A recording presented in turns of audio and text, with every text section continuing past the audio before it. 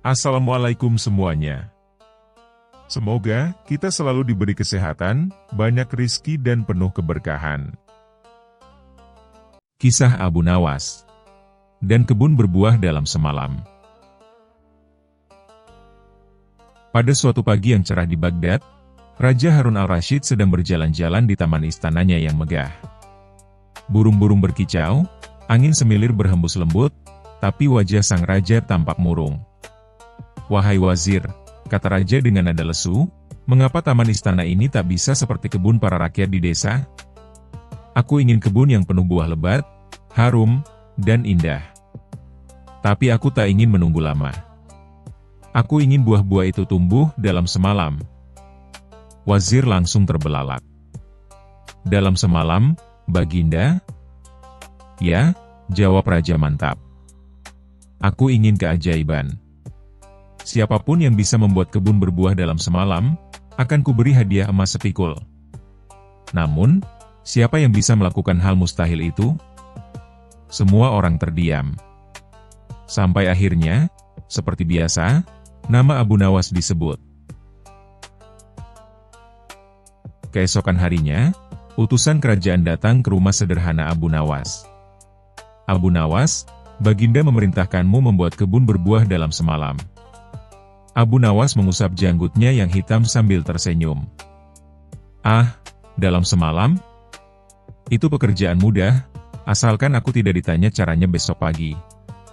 Utusan itu kebingungan, tapi tak bisa membantah.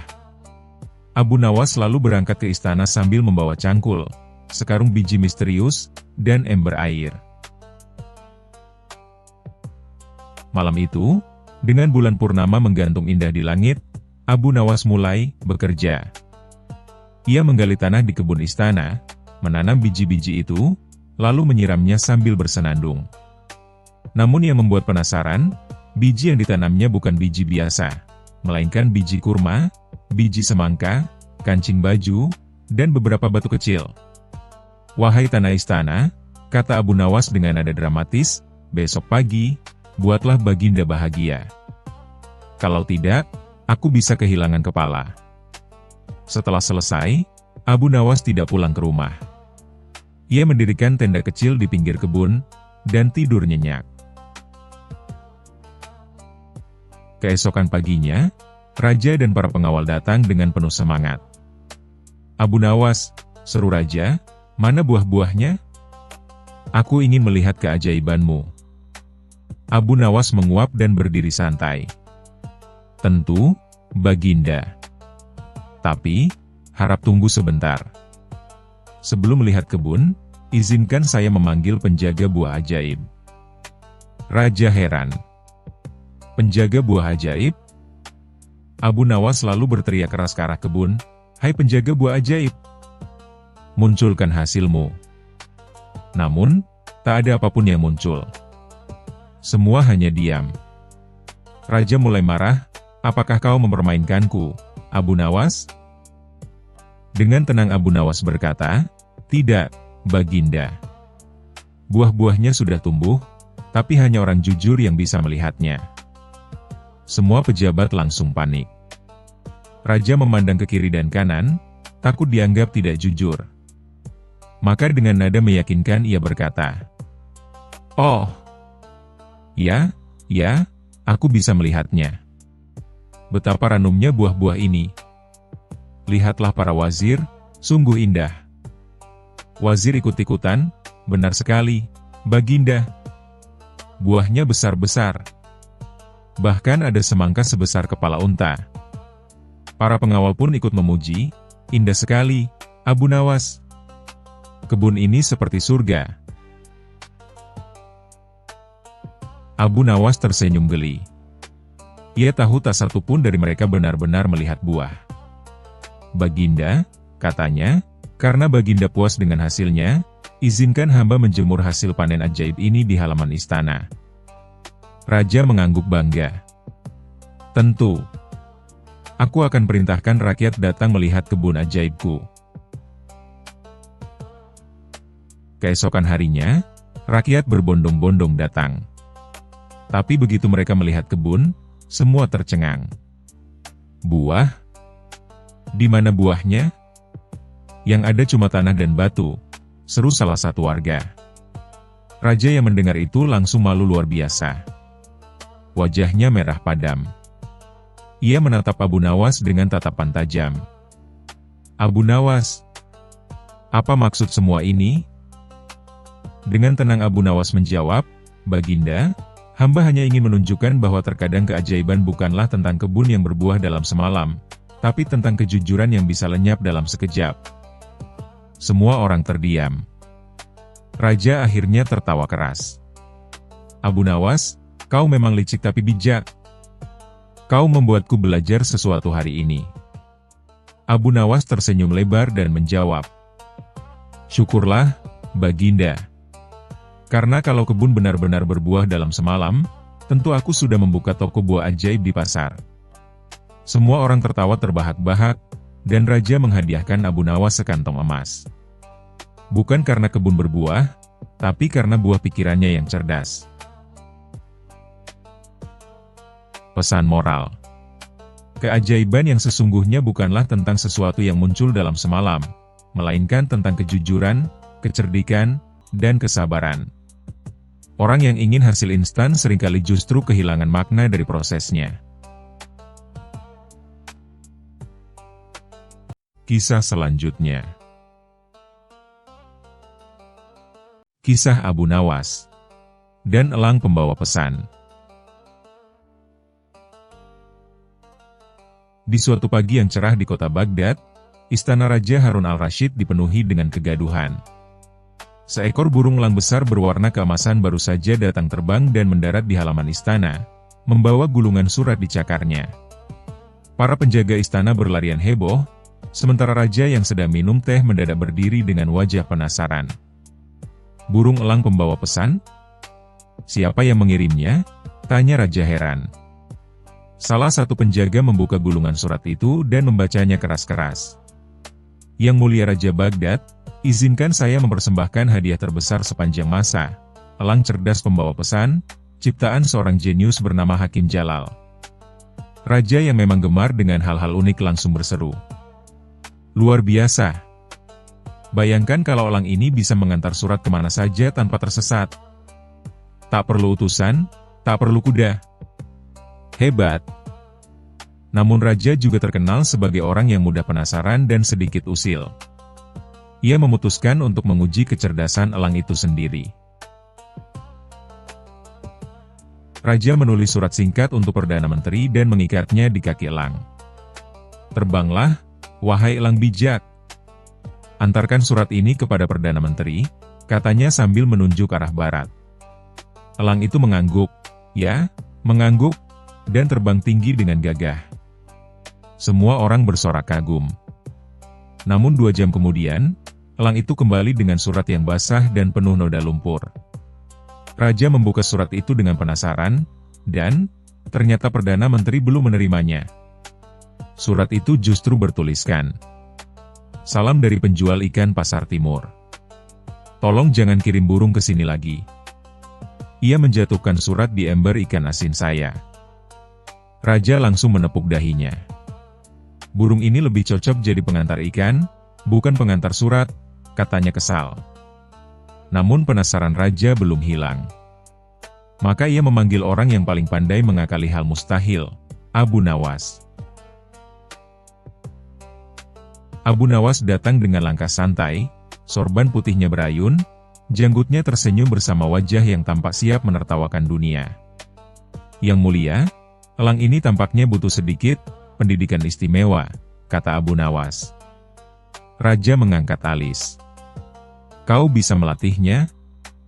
Bisa. Tapi dengan satu syarat, jawab Abu Nawas. Apa itu? Saya ingin diberi izin bicara langsung dengan elang ini. Kadang hewan lebih mudah diajak bicara daripada manusia. Raja tertawa. Baiklah, asal jangan kau ajari elang ini berbohong seperti dirimu. Abu Nawas mendekati elang itu, menatap matanya dalam-dalam, lalu berbisik dengan gaya seperti guru bijak. Wahai elang, kalau kau ingin dianggap pintar, jangan hanya terbang tinggi. Kau juga harus tahu arah. Kalau salah arah, yang dikirim bukan pesan, tapi masalah. Elang itu mengeluarkan suara "kraat", seolah mengerti. Abu Nawas kemudian mengikat surat baru di kakinya. Kali ini, kirim surat ke rumahku sendiri, katanya santai. Elang itu terbang melesat. Semua menunggu. 5 menit, 10 menit, lalu tiba-tiba terdengar suara ribut di luar istana. Seorang pedagang roti berteriak, "Siapa yang melempar surat ke tungku roti saya?" Ketika diperiksa, ternyata surat Abu Nawas ditemukan terbakar separuh, dengan tulisan masih terbaca. "Jika surat ini sampai padaku, berarti elang ini cerdas." Raja tertawa terbahak-bahak sampai hampir tersedak kurma. "Abu Nawas, elangmu bukan pengantar pesan, tapi pengantar asap." Namun Abu Nawas tetap tenang. Ia menatap raja dan berkata, "Baiklah, dia masih belajar. Mari kita buat lebih mudah." Abu Nawas menulis surat berisi pesan lucu untuk raja. "Yang mulia, jika burung ini membawa surat ini kembali kepada Anda, berarti ia benar-benar mengerti siapa majikannya." Surat diikat di kaki elang, lalu dilepaskan. Elang itu terbang dengan anggun ke langit biru. Lalu hilang. 1 jam. 2 jam. 3 jam berlalu. Tidak ada kabar. Raja mulai kesal. "Abu Nawas, burungmu hilang." Abu Nawas tersenyum. "Tidak, Yang Mulia. Burung itu hanya sedang mencari jati diri." Malam tiba. Tiba-tiba terdengar ketukan di jendela istana. Elang itu datang lagi, tapi kali ini membawa 2 surat. Yang pertama dari tukang jahit, berbunyi, "Elang Anda mampir dan mencuri pita saya. Sebagai gantinya, saya ikatkan surat ini agar tidak sia-sia." Yang kedua dari Abu Nawas sendiri, dengan tulisan rapi, "Yang Mulia, saya takjub. Elang ini akhirnya menemukan saya di warung makan. Jadi, saya titip surat balasan langsung lewat dia." Raja tertawa terpingkal-pingkal hingga air matanya keluar. "Abu Nawas, aku menyerah. Elang ini bukan pembawa pesan, tapi pembawa hiburan."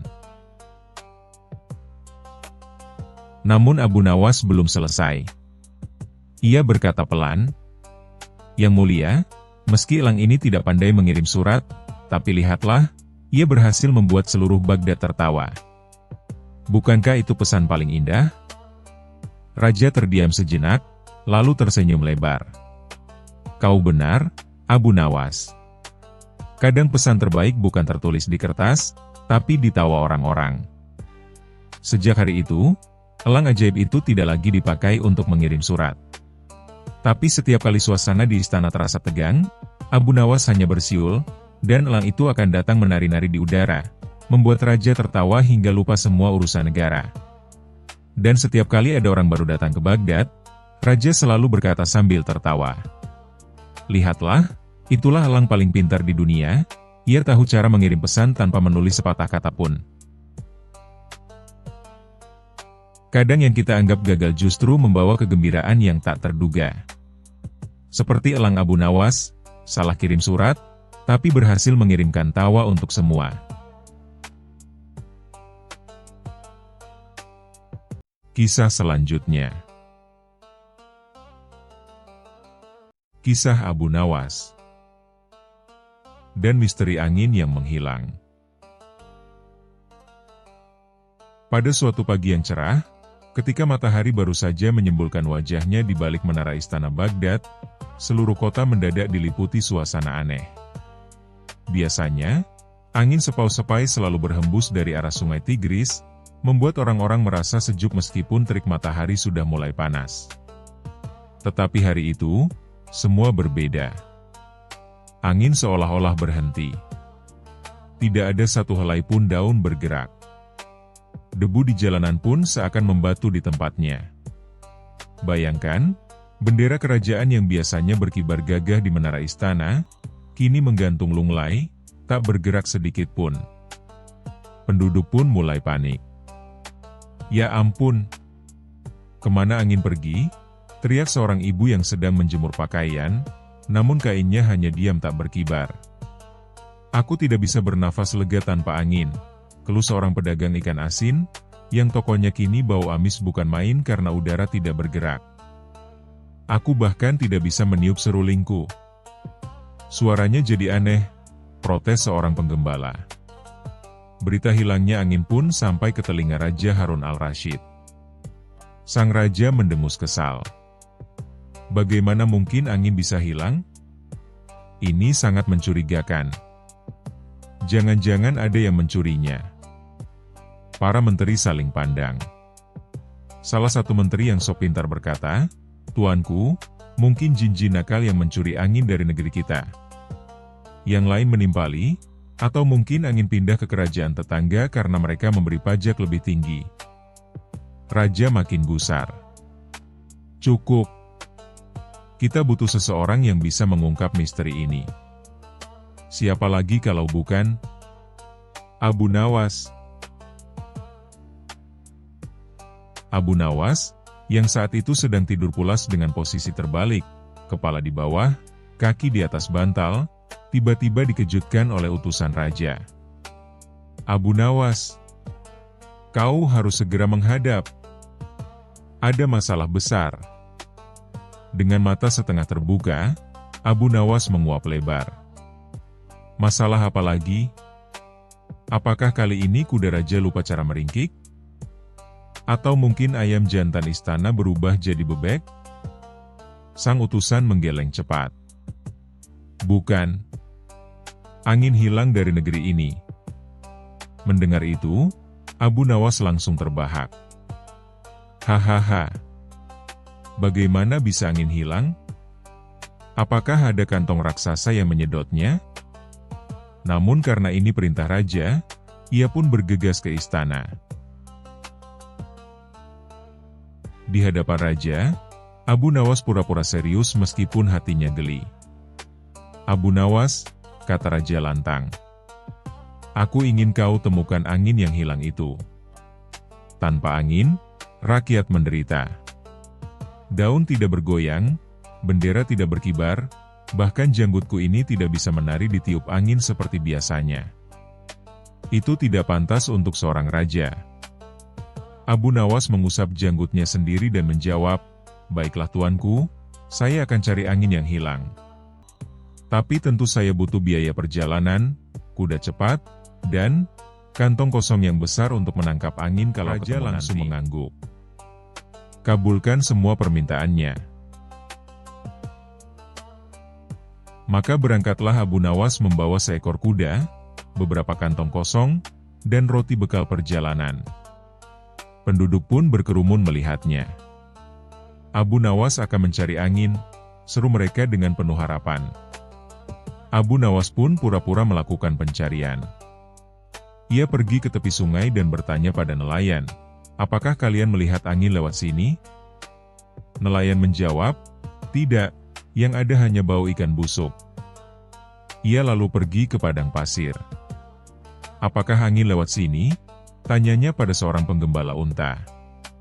"Tidak ada angin, unta-untaku bahkan malas bergerak karena terlalu panas," jawab penggembala. Akhirnya, Abu Nawas masuk ke hutan. Ia menempelkan telinganya ke batang pohon dan berbisik, "Hei angin, sembunyi ya kau di sini?" Pohon pun diam saja, membuat Abu Nawas tertawa terpingkal-pingkal. Karena merasa semua ini terlalu lucu, Abu Nawas punya ide. Ia kembali ke kota dan mulai membuat pertunjukan. Ia berdiri di alun-alun dengan membawa kantong besar, lalu berteriak, "Wahai rakyat Baghdad! Hari ini aku telah menemukan jejak angin." Orang-orang langsung riuh. "Mana? Mana?" Abu Nawas membuka kantong kosong itu dengan wajah serius, lalu mengibaskannya ke muka penonton.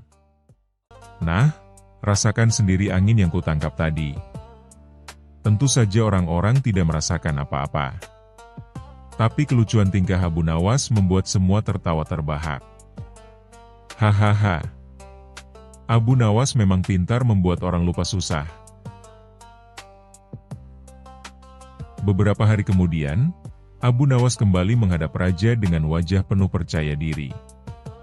Ia membawa kantong besar yang tetap kosong. "Tuanku," katanya, "saya sudah menemukan jawabannya." Raja menatapnya penuh harap. "Cepat katakan, di mana angin itu?" Abu Nawas membuka kantongnya, lalu mengangkatnya tinggi-tinggi. "Inilah angin yang saya bawa pulang." Namun karena terlalu nakal, angin itu kabur lagi dari kantong ini. Raja langsung melotot. "Apa? Jadi kau pulang dengan tangan kosong?" Abu Nawas tersenyum licik. "Bukan begitu, tuanku. Sebenarnya angin tidak pernah hilang. Ia hanya beristirahat. Kalau angin benar-benar hilang, kita semua pasti sudah mati lemas karena tak ada udara. Jadi, jangan takut. Angin akan kembali kapan saja ia mau." Dan benar saja, lihatlah, sekarang angin sudah kembali. Benar saja, tiba-tiba hembusan angin sepau-sepau berembus lewat jendela istana. Bendera pun mulai berkibar lagi. Semua orang bersorak gembira. Raja terdiam, lalu tersenyum pahit. "Abu Nawas, kau memang licik. Tapi kau benar. Angin tidak bisa hilang. Kau berhasil menenangkan rakyatku, meskipun dengan cara konyol." Abu Nawas membungkuk hormat. "Yang penting rakyat tertawa dan tidak takut lagi, tuanku. Lagi pula, kalau angin benar-benar hilang, saya pun tidak bisa tidur nyenyak." Bayangkan, kipas pun orang di istana pun tertawa terbahak-bahak. Sejak hari itu, orang-orang selalu ingat bagaimana Abu Nawas menipu mereka dengan kantong kosong untuk menangkap angin. Bagi rakyat Baghdad, kisah itu menjadi bahan tertawaan yang tak pernah habis. Dan setiap kali angin berhenti sejenak, orang-orang berkata sambil tertawa, "Hati-hati, jangan-jangan Abu Nawas sedang menangkap angin lagi dengan kantong kosongnya." Kisah selanjutnya. Kisah Abu Nawas dan air mata kejujuran. Di negeri Baghdad yang megah, ada seorang raja yang terkenal sangat penasaran pada segala hal. Apapun yang aneh dan ganjil selalu menarik perhatiannya. Suatu hari, datanglah seorang pedagang asing dari negeri jauh. Pedagang itu membawa sebuah botol kecil berisi cairan bening yang tampak sangat berharga. Ia mempersembahkan botol itu kepada sang raja. "Tuanku yang mulia," ucap pedagang itu dengan penuh hormat. "Ini bukan air biasa. Ini adalah air mata kejujuran. Barang siapa meneteskan setetes di lidahnya, ia akan terpaksa berkata jujur. Tidak bisa berdusta, sekalipun hanya sekali." Raja langsung terbelalak. "Hah? Ada air semacam itu?" Ia begitu penasaran, sampai-sampai tidak bisa duduk dengan tenang. Pedagang itu menunduk sambil berkata, "Benar, tuanku. Air ini sangat langka. Hanya didapat dari tangisan seorang pertapa suci yang tidak pernah berbohong seumur hidupnya." Raja makin heran dan penasaran. Tapi di balik rasa ingin tahunya, ia juga sedikit takut. Bagaimana kalau air itu digunakan padanya? Apa jadinya bila rahasia kerajaan terbongkar? Namun karena rasa penasarannya lebih besar, sang raja pun memutuskan untuk mencoba air itu. Tapi, tentu saja ia tidak mau jadi korban percobaan pertama. Dengan licik, ia berseru, "Abu Nawas, panggil Abu Nawas kemari." Ketika dipanggil, Abu Nawas datang dengan langkah santai seperti biasa, wajahnya penuh senyum ramah. Begitu tiba di hadapan raja, ia sudah bisa menebak bahwa kali ini tentu ada hal aneh yang akan menimpa dirinya. "Abu Nawas," kata raja sambil menunjuk botol kecil itu. "Ini adalah air mata kejujuran. Aku ingin mengujinya padamu. Kau harus meneteskan 1 tetes di lidahmu, lalu kita lihat apakah kau bisa berbohong." Abu Nawas langsung merasa jantungnya berdegup kencang. Ia tahu, kalau sampai jujur sepenuhnya, habislah dirinya. Betapa banyak akalnya yang kadang harus dipoles dengan bumbu kebohongan kecil untuk mengelabui raja. Tapi, karena tak mungkin menolak perintah raja, ia pun menerima botol itu dengan tangan gemetar. Ia menatap cairan bening tersebut. Sambil dalam hati ia berkata, "Wahai air bening, semoga engkau hanyalah air mata bawang, bukan air mata kejujuran." Dengan pasrah, ia pun meneteskan setetes di lidahnya. Raja segera bertanya, "Abu Nawas, apakah kau pernah berbohong padaku?" Abu Nawas terdiam. Lidahnya mendadak terasa seperti disetrum. Ia mencoba berkata, "Tidak, tuanku," tapi yang keluar justru, "Ya, tuanku, sering sekali." Raja sampai melompat dari singgasananya. "Apa? Kau sering berbohong padaku?" Abu Nawas buru-buru menambahkan, "Tapi itu demi kebaikan tuanku. Kalau saya tidak berbohong, bisa jadi tuanku akan makin sering mempermalukan diri sendiri di depan rakyat." Para menteri yang hadir langsung menahan tawa, sementara raja memerah mukanya antara marah dan malu. Raja mencoba pertanyaan lain. "Baiklah. Kalau begitu, apakah kau pernah mengambil sesuatu dari istana tanpa izin?" Abu Nawas ingin menjawab tidak pernah, tapi lidahnya bergerak sendiri. "Pernah, tuanku, beberapa kali, terutama kue manis di dapur istana." Semua yang ada di ruangan itu tertawa terbahak-bahak. Raja sampai memegang kepalanya sendiri, tak percaya bahwa Abu Nawas mengaku mencuri kue dapur. Namun, giliran yang paling lucu datang ketika sang raja berkata, "Sekarang, aku yang akan mencobanya. Aku ingin membuktikan bahwa aku adalah raja yang selalu jujur." Seketika seluruh ruangan menjadi hening. Para menteri saling pandang, sebagian menahan tawa, sebagian pucat ketakutan. Kalau raja sampai benar-benar berkata jujur, bisa jadi semua rahasianya terbongkar. Dengan penuh wibawa, raja meneteskan air itu ke lidahnya. Pertanyaan pertama dari Abu Nawas pun meluncur. "Tuanku, apakah benar tuanku pernah mengambil emas pajak rakyat untuk membeli kuda pacu pribadi?" Raja ingin menjawab, "Tidak," tapi lidahnya tiba-tiba berteriak, "Benar." Ruangan langsung meledak dengan tawa yang ditahan-tahan. Para menteri berusaha menutupi mulut, tapi wajah mereka merah padam. Pertanyaan kedua dari Abu Nawas, "Apakah benar tuanku pernah menyuruh juru masak membuatkan makanan mahal untuk dimakan sendiri, sementara prajurit hanya diberi bubur encer?" Raja berusaha menahan lidahnya, tapi dengan lirih ia menjawab, "Benar." Dan akhirnya, ketika Abu Nawas bertanya, "Apakah benar tuanku pernah menulis puisi cinta untuk putri kerajaan tetangga, padahal tuanku sudah beristri 4?" Raja langsung menjerit, "Benar." Aduh, hancurlah aku. Dan saat itulah, air mata raja jatuh deras. Tapi bukan air mata kejujuran dari botol, melainkan air mata malu bercampur takut.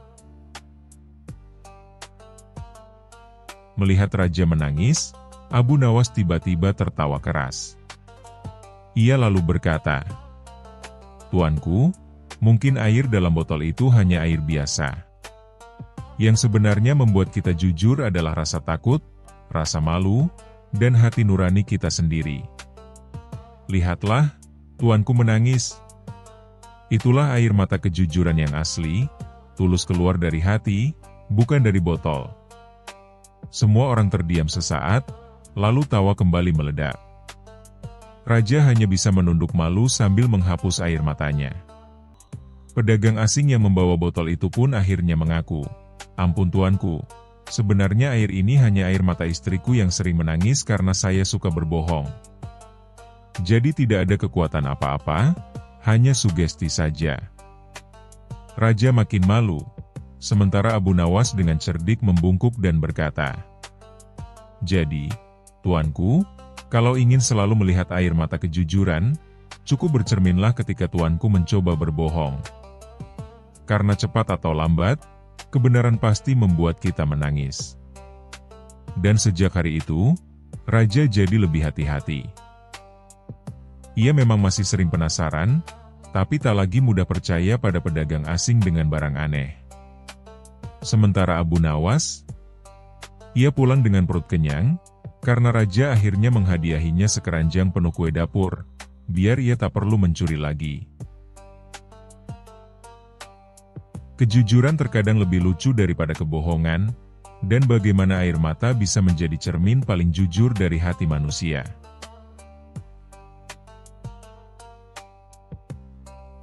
Kisah selanjutnya. Kisah Abu Nawas dan misteri roti gaib. Di pagi yang cerah di kota Baghdad, aroma roti hangat memenuhi udara. Di sudut pasar, tampak seorang penjual roti bernama Hamid sedang berteriak-teriak.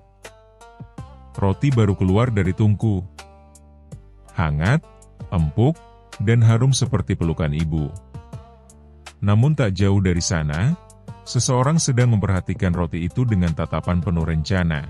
Siapa lagi kalau bukan Abu Nawas? Abu Nawas pagi itu tidak membawa uang sepeser pun. Ia habis menghibur anak-anak di kampung dengan cerita konyol dan sulap ilusi, tapi tak satu koin pun ia terima. Perutnya berbunyi seperti gendang perang.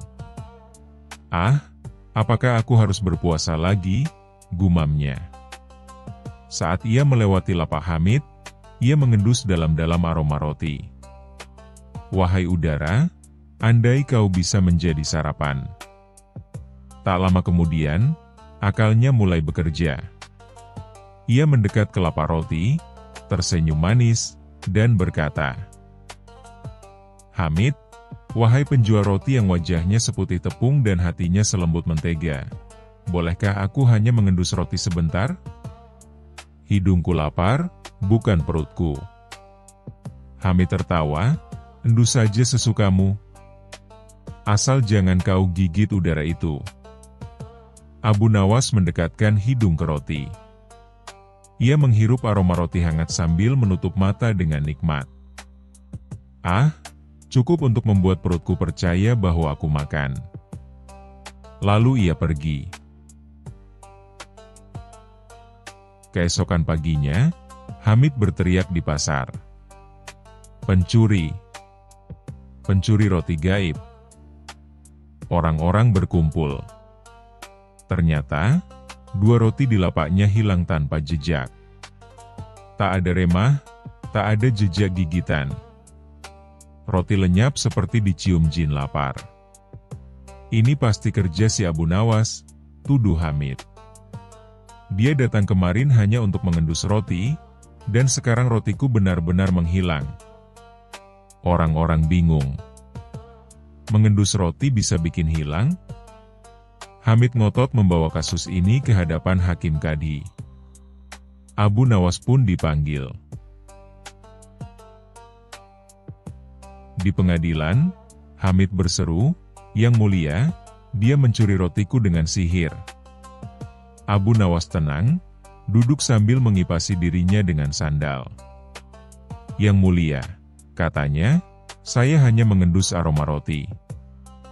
Jika itu bisa mencuri roti, maka saya juga bisa mencium aroma emas dan menjadi kaya." Kadhi tertawa geli, tapi tetap mencoba adil. "Hamid, apakah kau punya bukti bahwa Abu Nawas mengambil rotimu?" Hamid menyodorkan satu bukti. Sore hari setelah dia pergi, roti 2 buah lenyap. Tak ada pelanggan lain yang mencurigakan. Kadi berkata, "Baik, Abu Nawas, sebagai permintaan maaf, berikan kompensasi untuk aroma roti yang kau cium." Abu Nawas mengangguk. Ia lalu mengeluarkan 2 keping uang tembaga dari sakunya. "Dengarkan ini baik-baik," katanya sambil menggoyang-goyangkan uang hingga berbunyi keling-keling-keling. Hamid mencondongkan telinga. "Nah," kata Abu Nawas, "kau telah menerima aroma uang, sama seperti aku menerima aroma roti." Pengunjung sidang pun meledak tertawa. Kadhi akhirnya memutuskan. Karena tak ada bukti nyata roti diambil, dan karena aroma dibayar dengan aroma, maka kasus selesai. Hamid merengek seperti anak kecil kehilangan layangan. Namun beberapa hari kemudian, 2 anak kecil mendatangi Abu Nawas. Mereka berkata, "Paman, terima kasih untuk roti gratis itu kemarin sore. Roti yang Paman sembunyikan di balik jubah dan titipkan ke kami untuk dibagikan." Abu Nawas tersenyum nakal. "Jangan bilang siapa-siapa ya, biar roti itu tetap punya rasa keajaiban." Cerita tentang Abu Nawas dan roti yang menghilang pun menyebar. Orang-orang tertawa, termasuk Hamid yang akhirnya mengakui bahwa tawa dan cerita Abu Nawas jauh lebih mengenyangkan hati daripada 2 roti yang hilang. Dan Abu Nawas, ia tetap berjalan di pasar, mengendus roti, mengendus bunga, dan sesekali mengendus peluang untuk membuat orang lain tertawa.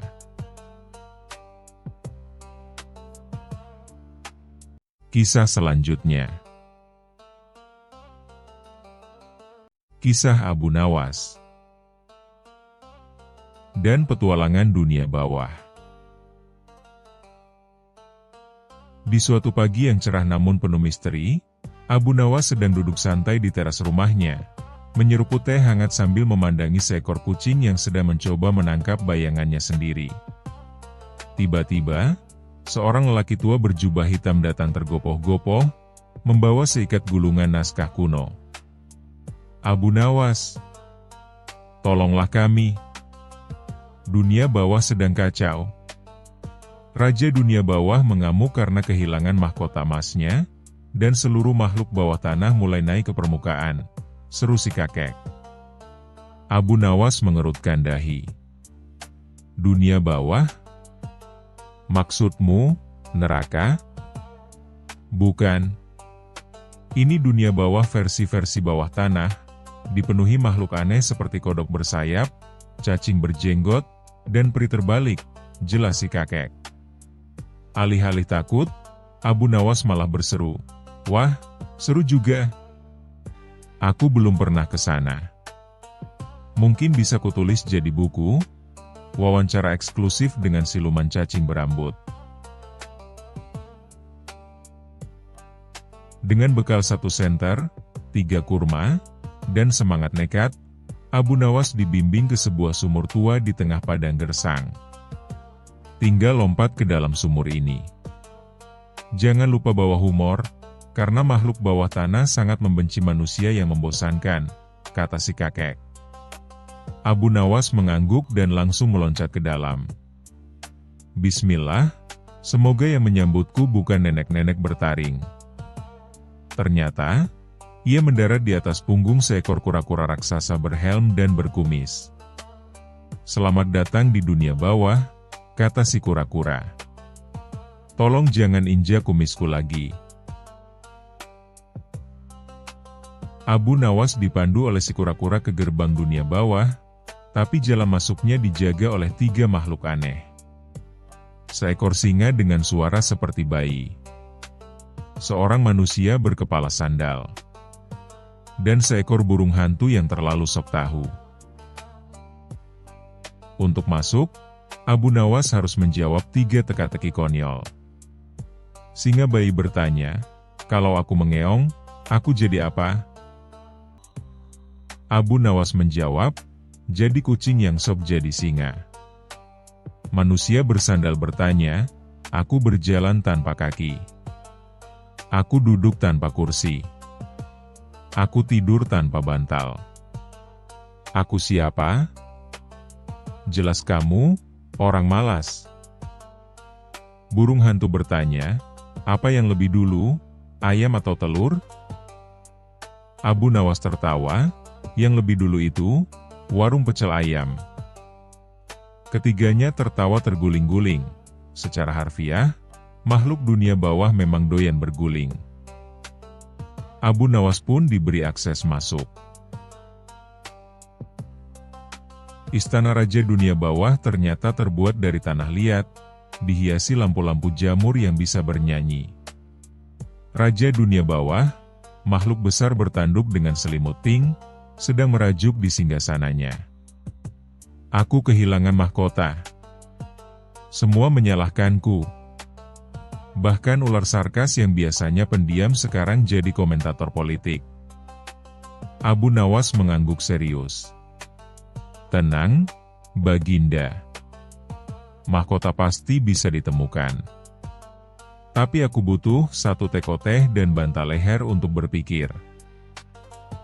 Setelah berpura-pura tidur sambil menari selama 30 menit, metode meditasi khas Abu Nawas, ia berkata, mahkotamu tidak hilang, hanya tertukar dengan mangkuk mie. Ternyata benar. Seekor naga kecil sedang memakai mahkota itu sebagai mangkuk mie pedas. Raja tertawa terbahak-bahak. Kau memang manusia paling kocak dan cerdas. Sebagai hadiah, kau boleh meminta apapun. Abu Nawas menjawab, aku hanya ingin satu, jalan pulang, tapi naik lift, bukan jatuh lagi. Abu Nawas dibekali jamur bercahaya, kursi goyang terbang, dan satu stiker bertuliskan, saya berteman dengan siluman cacing. Ia naik kursi goyang itu menuju sumur tempat ia datang. Tapi saat keluar dari sumur, ia malah muncul di kamar mandi istana, mengejutkan para dayang yang sedang mengepel. Kau dari mana saja, Abu Nawas? Tanya Raja Harun al-Rasyid yang kebetulan lewat. Abu Nawas menjawab santai, hanya sekadar kunjungan ke dunia bawah. Mereka menyarankan istana kita pakai jamur nyanyi juga, biar tidak sepi. Seketika istana geger dengan tawa, dan Abu Nawas diangkat sebagai duta persahabatan antar dunia, dengan gelar kehormatan, Abu Nawas sang penjelajah gila. Dan sejak saat itu, Abu Nawas sering menghilang secara tiba-tiba, dan saat ditanya kemana ia pergi, ia hanya menjawab, cuma ke bawah tanah cari ide cerita, atau mie pedas naga.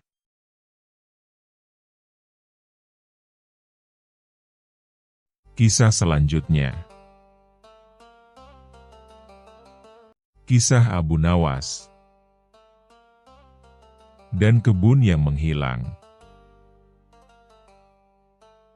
Pada suatu hari yang cerah di kota Baghdad, suasana pasar begitu ramai. Para pedagang berteriak menawarkan dagangannya, unta-unta melintas sambil mengangkat kepala tinggi, dan aroma rempah-rempah memenuhi udara. Namun, di tengah keramaian itu, muncul seorang pria kaya raya bernama Tuan Jamil yang berteriak-teriak ke arah para penjaga istana. Laporkan ini pada Baginda Raja. Kebunku yang luas dan subur telah hilang. Hilang? Aku katakan. Dicuri. Serunya dramatis, sambil sesekali memegangi kepalanya seperti akan pingsan. Para penjaga yang kebingungan akhirnya melaporkan peristiwa ini kepada Raja Harun al-Rasyid. Raja pun memanggil Tuan Jamil ke istana. Di hadapan Raja, Tuan Jamil menjelaskan dengan nada dramatis seperti aktor teater. Baginda, hamba memiliki kebun seluas 100 pohon kurma, dengan buah-buahnya yang ranum dan manis. Tapi pagi ini, ketika hamba bangun dan melihat keluar jendela, kebun itu hilang. Tak tersisa satu pohon pun. Hanya tanah kosong, Baginda. Raja mengerutkan dahi, mencoba memahami situasi yang ganjil ini. Apa maksudmu hilang? Apakah dicuri? Tanya raja. Ya, dicuri. Pencurinya sangat lihai. Bisa memindahkan satu kebun besar dalam semalam, jawab Tuan Jamil sambil melebarkan matanya. Raja lalu menoleh ke wazirnya dan berkata, "Panggil Abu Nawas. Hanya dia yang cukup gila untuk memahami kejadian segila ini." Masuklah sang jenius gila.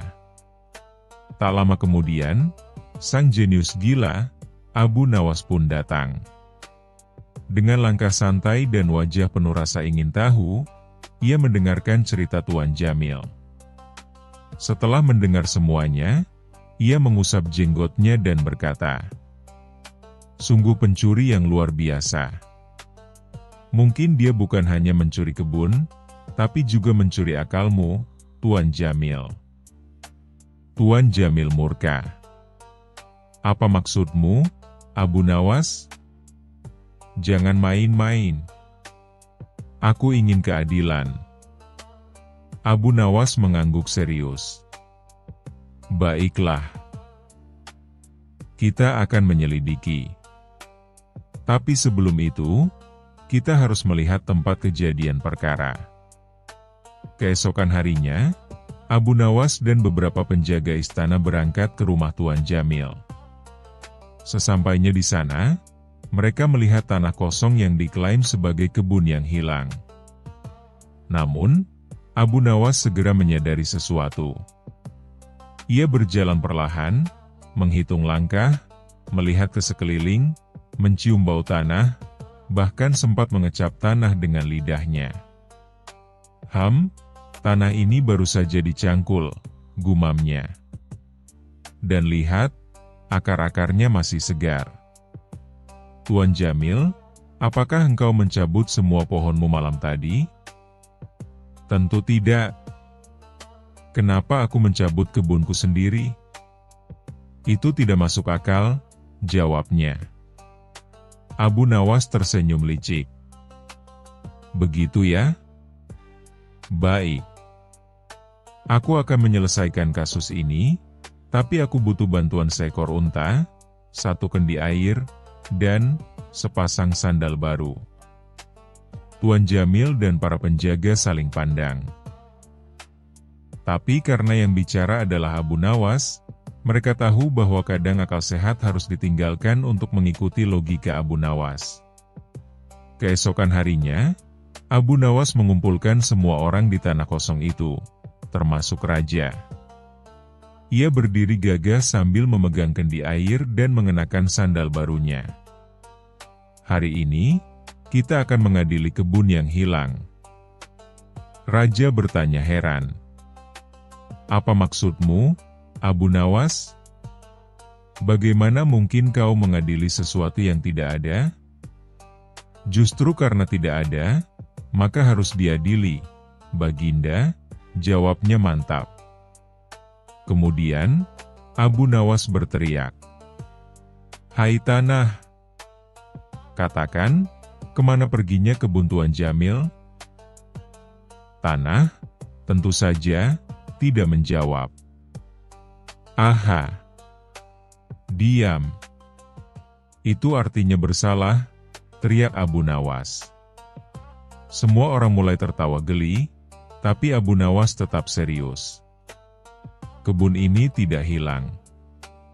Kebun ini telah dipindahkan ke tempat lain, atas perintah tuannya sendiri." Ia kemudian mengambil kendi air dan menyiram tanah. "Lihat ini. Bekas akar kurma masih hidup. Artinya, pohon-pohon itu baru dicabut. Dan hanya satu orang yang bisa melakukannya tanpa menimbulkan suara di malam hari." Ia menatap tajam ke arah Tuan Jamil. "Pemilik kebun itu sendiri." Tuan Jamil pucat pasi. "Apa maksudmu, Abu Nawas?" Abu Nawas membuka gulungan perkamen. "Menurut laporan dari petugas pajak, engkau akan dikenai pajak besar atas kebunmu bulan ini. Jadi, Kau mencabut semua pohonmu malam-malam dan menjualnya ke kota tetangga, lalu berpura-pura bahwa kebunmu dicuri. Benar begitu? Semua mata memandang Tuan Jamil. Lelaki itu gemetar. Itu hanya akal-akalan agar aku tak membayar pajak besar. Tapi kau, bagaimana bisa kau tahu? Abu Nawas tertawa. Karena tidak ada pencuri di dunia ini yang bisa mencabut 100 pohon kurma dalam satu malam tanpa membuat suara, kecuali kau menyuruhnya. Raja tertawa terbahak-bahak. Abu Nawas, sekali lagi kau membuat kami semua terhibur sekaligus tercerahkan. Tuan Jamil, karena kelicikanmu, maka semua keuntungan penjualan pohon kurma akan disita dan diberikan untuk membangun taman rakyat.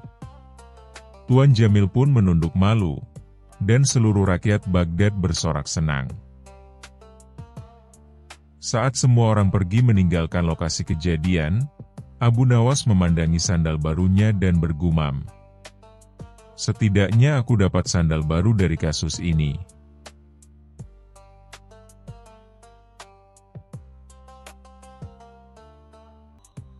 Terima kasih sudah menonton. Jangan lupa like dan subscribe. Semoga keberkahan selalu dianugerahkan kepada kita semua. Wassalamualaikum.